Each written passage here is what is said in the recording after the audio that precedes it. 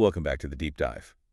When we talk about the end of the world, we're usually looking at uh, climate models, economic charts. Very tangible things, hardware data. Exactly. Very hardware focused. Yeah. But today, honestly, I had to read this source material 3 You times. can see why. We're looking at a transcript from a discussion on the Blue Truth Digital with a scholar, Dr. Hamid Lakwi.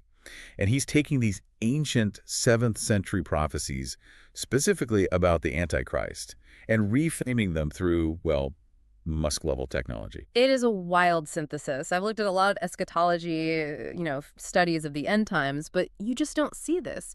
Bridging ancient scripture with things like memory downloading. Or global surveillance states. Yeah. We are talking brain chips, spy networks maybe in the Bermuda Triangle, and get this, virtual cave as the only safe bunker left. Feels like Black Mirror meets the Quran. That's a perfect way to put it. So our mission today is to really unpack this profile of the ultimate deceiver, the Dajjal. We need to get into the theory of how he gets his powers. The chip theory. The chip theory, and then maybe most importantly for us, the strategy for survival in a world where you just can't physically hide anymore. Okay, so let's start with the main figure, the Dajjal.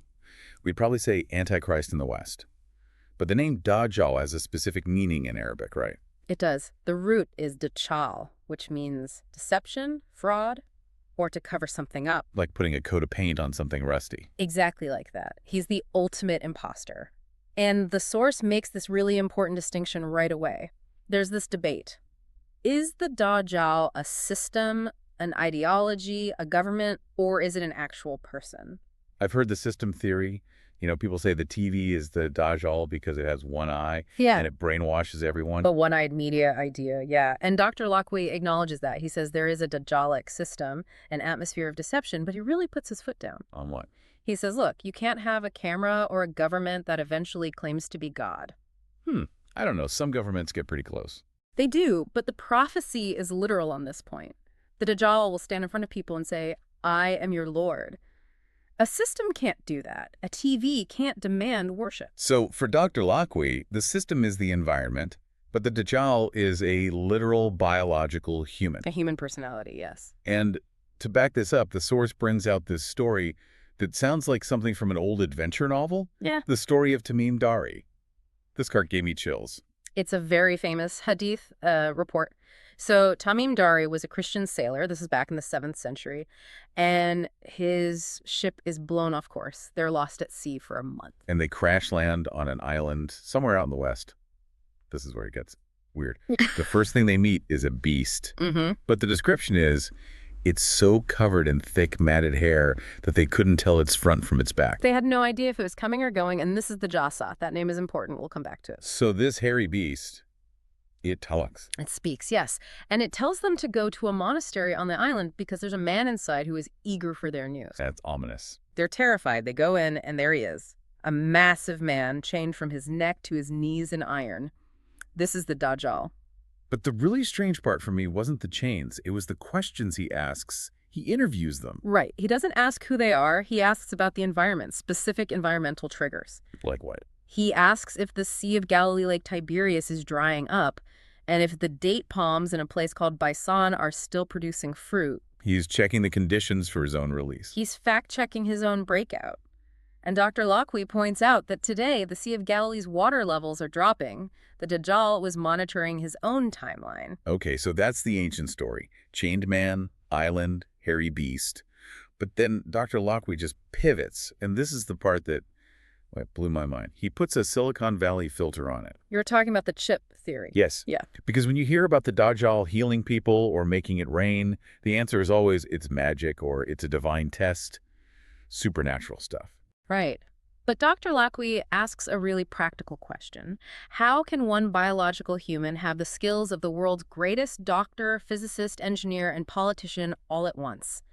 The brain has limits. And his answer is not magic? No, it's data. He brings up memory downloading, brain-computer interfaces, the kind of stuff we're seeing with Neuralink in its infancy. But he takes it way further than just, Googling with your mind. Much, much further. The theory he proposes is, What if you could digitize the entire cumulative knowledge and experience of humanity's best? So you take the top surgeon's mind. Not just his knowledge, his skill, his muscle memory.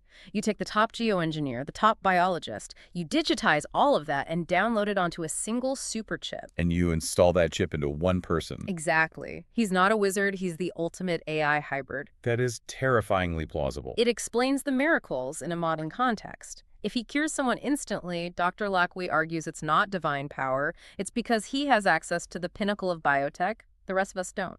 If he makes it rain, it's advanced weather modification. He's hacking reality with a database of all human genius. Which fits the name Dajjal perfectly. He uses science to mimic divinity. Okay, so that's the man. What about the hairy beast, the Jassa? Does he have a tech theory for that too? He does, and this connects right to the surveillance state. He points out that the word jassa comes from the Arabic root jasusi, Which means? espionage, spying. So the beast is literally the spy. Basically, yes. The theory is that the beast was a symbol, or maybe even a literal agent, of a global intelligence network, a system that gathers news from all over the world. And feeds it to the central figure. So the Jassa is the algorithm, the data harvesting network. It could be. And as for where this is all located, Dr. Lacqui speculates about modern maritime mysteries. He brings up the Bermuda Triangle Seriously. and the Devil's Sea in the Pacific. He just throws it out there as a possibility that these areas where things disappear could be a cloaked, sea-based headquarters for this network. Wow. Okay, so we have a chip-enhanced leader, a global spy network, and he's just waiting for the water levels to drop. But there's a specific sequence of events before he appears. Right, a whole domino effect. And the first domino to fall is the Imam Mahdi. The guided one. Yes. In Islamic eschatology, he's a leader who unites the Muslims, but the source says his arrival it's not a happy reunion. The community is fractured. How so? It says when the Mahdi appears, a third of the people will just reject him. The source says they have no faith. Another third will die fighting alongside him. They're called the best of martyrs. Only the final third is victorious. And that victory leads them to Constantinople or modern-day Istanbul. That part confused me. Because it's already a Muslim-majority city Right. for centuries. The source implies a future event. Maybe the city falls under Western control or becomes so secularized that it needs a spiritual reconquest. But here's the key detail for you. They don't use weapons. They don't fight. No. The source says the walls of the city will fall just from the soldiers chanting, Allahu Akbar, God is great. It's a spiritual victory. And that is the trigger. That's the trigger. The moment that happens, a shout is heard. The Dajjal has appeared. He emerges almost as a direct response to that spiritual success. Which brings us to the great test. Because he doesn't just show up asking for power. He weaponizes hunger. The ultimate incentive. The source is very clear. The Dajjal will control the world's supply chains, the rain, the food, and he gives you a simple choice. Believe in me, and you eat. Reject me, and you starve. And he has this illusion with him, a paradise and a hell, but it's an inversion. His paradise, the food, the comfort, is actually the path to spiritual hell. And his hell, the starvation and suffering, is the true path. The source makes a really dark, modern comparison here using the situation in Gaza. And just to be clear for everyone, we're reporting on Dr. Lacqui's perspective. Yes, and he uses it as a litmus test for his audience. He points to the starvation we see on our screens, and he asks a psychological question. What's the question? He basically asks you, look at yourself. If you get a headache when you miss lunch, if you're already desensitized to images of starving people, how will you possibly resist when the Dajjal controls the only food on the planet? It's a brutal reality check on our own resilience. We all want to be the hero, but when your family is starving... Biology takes over. Unless, he says, you have the antidote. This is where I got a bit skeptical. The antidote is chanting. It sounds impossible to us now, but yes. The theological claim is that for true believers at that time, reciting tasbih, praise of God, will physiologically replace the need for food. So spiritual practice will literally hack your metabolism. That is the claim, that in a time of ultimate material deception, the laws of physics will bend for those who refuse to submit. It's spirit over biology. Okay, before we get to the solution, the cave, we have to touch on the geopolitics. Dr. Lacqui has very specific ideas about who's paving the way for this system. He does. And again, this is his analysis from an Islamic eschatological viewpoint. He talks about greater Israel, but he makes a very sharp distinction between Zionists and Orthodox Jews. He sees them as different groups. Completely. He claims that many Orthodox Jews see the modern political state of Israel as contrary to their faith. But he argues that the Zionist faction is working toward this greater Israel, which he sees as the Dajjal's eventual geopolitical base. And he also brings up the protocols. He does. He references the protocols of the Elders of Zion. Now, in the West, this is widely seen as a forgery, an anti-Semitic hoax, but Dr. Locke treats it as a genuine blueprint. A manual for the Dajjalic system. Right, a plan for global financial and media control that he believes is being enacted now. And he's pretty tough on the Muslim world's leadership, too. Very tough. He contrasts them with Muslims during the Mongol invasions. He tells the story about how people were so psychologically defeated that a single Mongol soldier could tell a man, "Wait here while I get my sword," and the man would just wait to be killed. Paralyzing fear. And he argues the Muslim world is in a similar state today, a state of fear, a love of the world and fear of death. So it's a bleak picture. Surveillance state, superhuman deceiver, weaponized hunger.